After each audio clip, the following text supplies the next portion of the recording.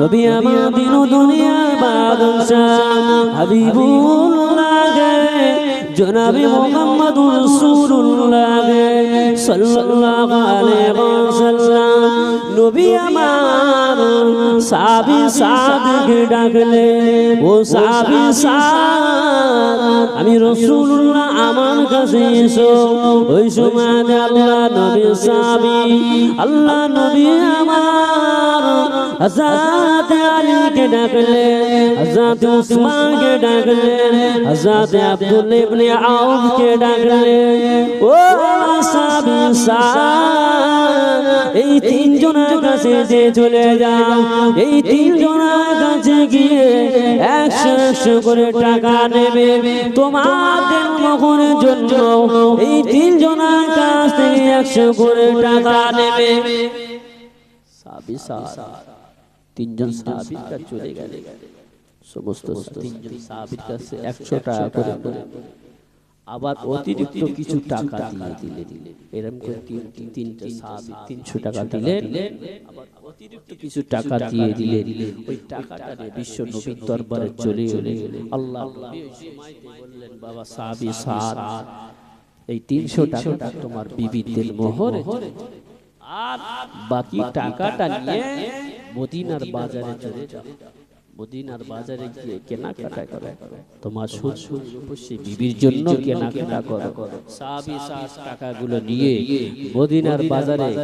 কিনতে লাগলেন এমন সময় আওয়াজ এসে গেল আন-নবী যুদ্ধের জন্য তৈরি হয়ে যাও যুদ্ধে ডাক এসে গেল সাহাবী সাদ ওই সময়টাই টাকাগুলো নিয়ে একটা যুদ্ধের জন্য ঘোড়া কিনলেন একটা তলোয়ার কিনলেন একটা শিরস্ত্রাণ কিনলেন একটা চেরা কিনে নিয়ে যুদ্ধে সাজে সজ্জিত হয়ে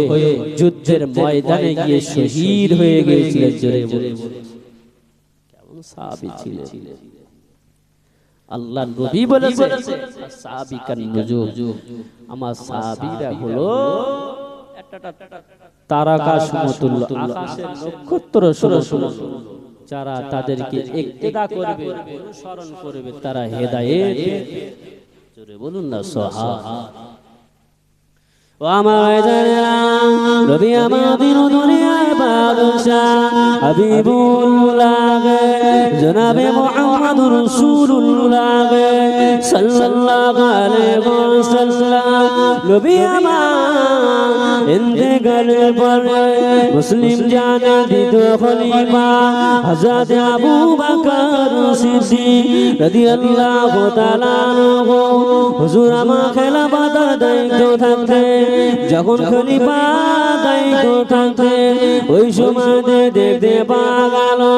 হযরত ওমর ফারুক রাদিয়াল্লাহু তাআলা আনহু জামানা হযরত আব্দুল্লাহ রাদিয়াল্লাহু তাআলা আনহু হুজুর মাইরাকে জমিনে চলে গেলেন ইসলামের দাওয়াত দেওয়ার জন্য কলেমার বাণী প্রচার করার জন্য আল্লাহর সাহাবী হযরত আব্দুল্লাহ রাদিয়াল্লাহু তাআলা আনহু হুজুর আমার সাহাবী আমার সৈন্যদেরকে নিয়ে সাথীদেরকে নিয়ে সঙ্গীদেরকে নিয়ে আল্লাহ নবী সাহাবী হযরত আব্দুল্লাহ রাদিয়াল্লাহু তাআলা আনহু হুজুর আমার ইরাকের জমিনে চলে গেলেন সৈন্য দলবলদেরকে নিয়ে